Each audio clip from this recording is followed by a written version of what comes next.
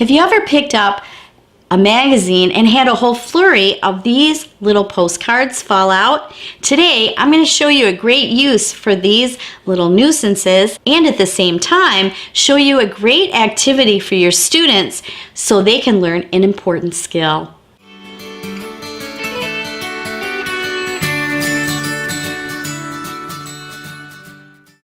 When I was in the classroom, I was fortunate enough to be able to loop with my same students from 6th grade to 7th grade to 8th grade for English Language Arts. Now, there are a whole host of benefits to looping, which maybe I'll go into in another lesson, but I just wanted to bring that up because one year I had asked my 7th grade students to address envelopes to themselves so that during the summer I could send them some important information. What I saw in those envelopes once they had completed writing their addresses was pretty shocking. Some students didn't put their last names. Though many knew the street they lived on, many didn't know the house number or the apartment number. Most students didn't abbreviate the state correctly, and most students did not put the zip code on their address. So needless to say, we spent a good amount of time after that learning how to address envelopes, learning our own address, which I thought was just crazy for 6th, 7th, and 8th graders.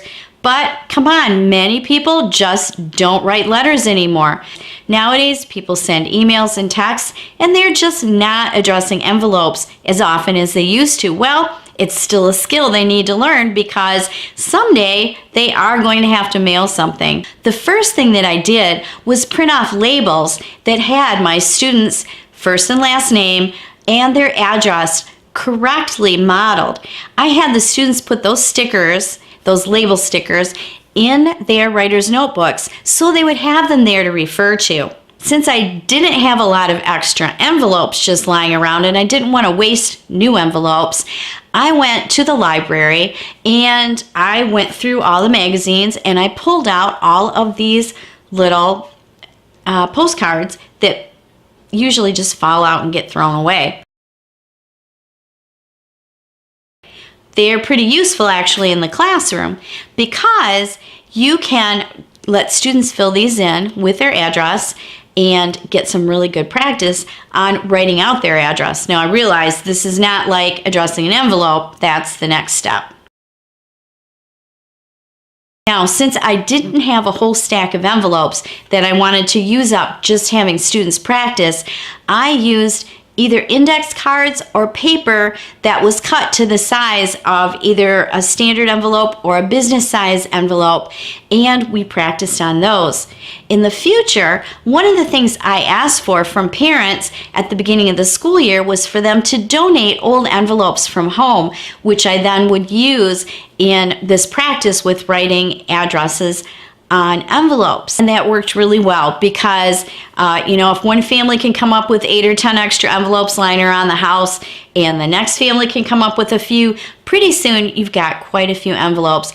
And at that point, I started teaching it pretty specifically to my 6th graders when they first got into 6th grade so that later when I asked 7th and 8th graders to write out addresses and address envelopes to themselves, I wasn't shocked and appalled at the results. So this is how the practice worked in my classroom. I would put all these little cards in the startup tray, and my students were used to grabbing something when they came into the classroom out of that startup tray to do in the first few minutes of class. They would grab these, go to their seats, fill it in as best they could, and then check in their writer's notebook to make sure that they had written it correctly. If they hadn't, well, then they needed to correct this because I didn't want them turning it in with their address written incorrectly. Incorrect practice is actually worse for students than no practice at all.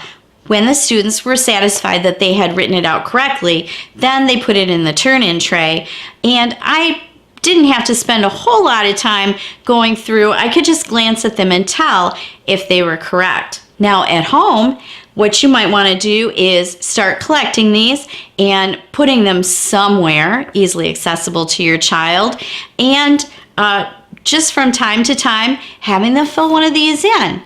And you'd be surprised at how quickly they actually learn how to write their address. Here's something else you might want to try at home to have your students get used to looking at and reading addresses on mail. Why not have them sort the mail? You could have them on a daily basis sort the mail according to who it's addressed to. You could have them sort it to where it's come from, the state that it's come from, maybe the zip code. Maybe you could even have them put it in order by the zip code.